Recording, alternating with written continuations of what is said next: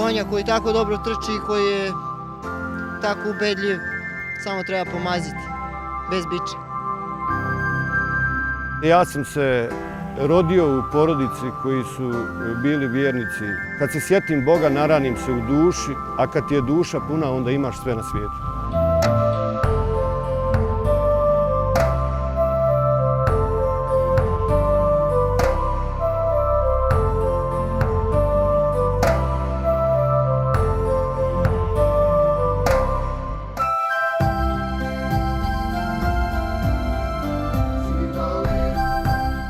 On je mene doslovce u ponoć nazvao i rekao ja želim da tim konjima bude kako je tvom konju.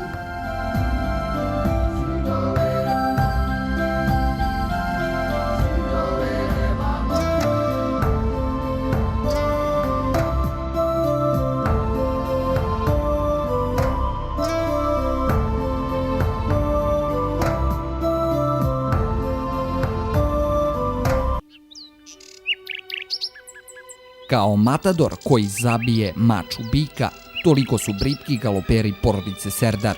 I o njima se gotovo sve zna, kao i o njihovim vlasnicima Ivi, Vesni, Nikoli i Marku.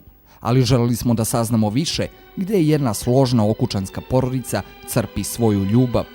Otišli smo u Zagreb i upoznali Tajanu i Nikicu, trenere kojima porodica Serdar veruje. Ovdje ako se želite baviti galopskim sportom morate samo ići srcem. Tu ne postoji da se s ovim sportom bavite radi novaca, radi pameti ili bilo čega drugog jer toga nažalost tu nema. Niti nagrade mogu pokriti nekakve troškove, niti sam trening, niti išta. Znači mi smo ovdje samo entuzijasti. Meni je ovaj posao zapravo samo ljubav i samo hobi, ja imam sa strane još drugi posao. Ako želite se baviti samo ovim, to bi bila baš čista robija jer se morate opredijeliti za tih par trka u godini, a to je nažalost neisplativo.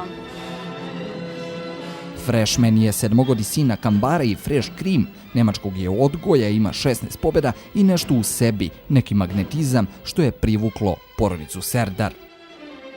Rekao je ako mogu tako konja koji do sada nije bio tako dobar i dosta je bio zapostavljen, vratiti u život i učiniti ga jednim od najboljih konja trenutno u državi, zašto ne bi moj i tako je priča sa obitelji Serdar počela. Ivo je nama pružio puno više, tako uvijek barem imam osjećaj da je puno više on nama pruži nego što mi njemu vraćamo.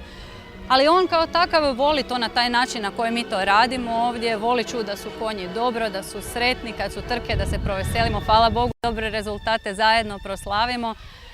Ali nikad mu ništa nije bio problem niti pružiti ovim konjima i cijeloj obitelji. Oni inače funkcioniraju u sportu kao obitelj, znači Marko i Nikola kao sinovi koji su zapravo to i pokrenuli. Oni su oca nagovorili i na prvog konja, prvi konj zapravo koji je bio timski kupljen, to je bio Nazim, nakon toga se nastavilo na Jazz Polisa i onda je došla cijela ostala četa konjica.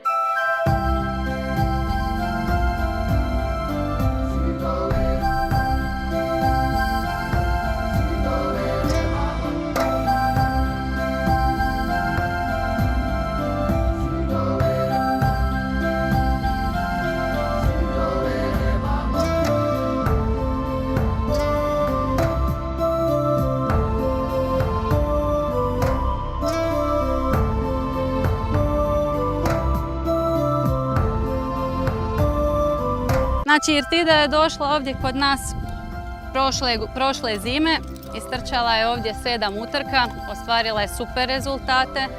Inače nam je nositeljica štale, najbolji konj u štali, zapravo ljubimica cijele obitelji Serdar i naša ljubimica. Potomka je i Luziv Kvalitija Irta Hall, odgojena na Shadwell farmi u Americi. Ima 4 leta. Kao dvogotka nije startovala. Za glavu je izgubila 1000 gvineje u Beču, a iz 8 nadmetanja 5 puta izlazi sa lovorikama. Irtida. Ovo je Classic Gem. Ona je uvežena iz Engleske. Tamo je kao dvogotka trčala. Ne baš sa nekim zapaženim rezultatima, ali imala je tu čast da ima Frankie Dettorija u sedlu. Trebala je biti velika nada na prvoj aukciji kao Jarling, bila je plaćena 40.000 eura u Irskoj. No međutim, kao što kažem, nije opravdala njihova očekivanja, pa eto srećom došla tu k nama. Porodici Serdar je 2011. poklonila pobjedničke trenutke u nadmetanju tina. Ona je kći Diamond Greene i kobila Undercover, odgojena u Irskoj pomalo nezgodne naravi, ali na terenu brza kao metak. Za Tajanu Grdak, prvog profesionalnog džokeja Hrvatske, sada trenera sa više od 20 pobjeda, Classic Game je pravi izazov. A Trilling dama zatvara jedno nestašno dete, dvogoda Vesponeta, kći Vesponea. Kupljena je na aukciji u Arkani, njen otac oplođuje u Francuskoj, daje sve dugačke potomke, što se moglo i primetiti kod popularne Vespe. Čeka se njen prvi start, verovatno već na jesen.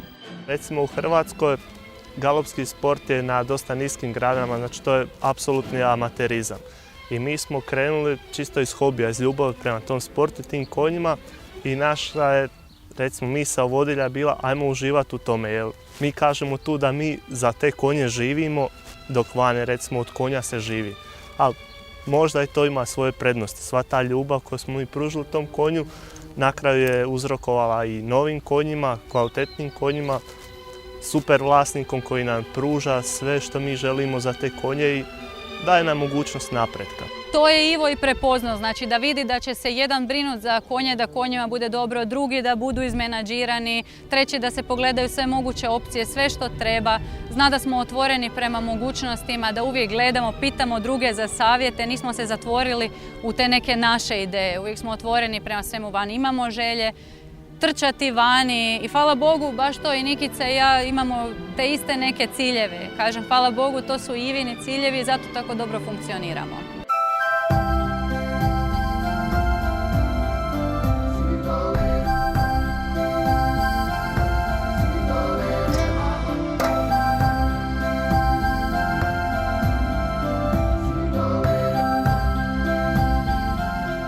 Rođen sam u jednoj sirotinjskoj porodici koja je priuštila meni ono što je mogla i koliko je mogla.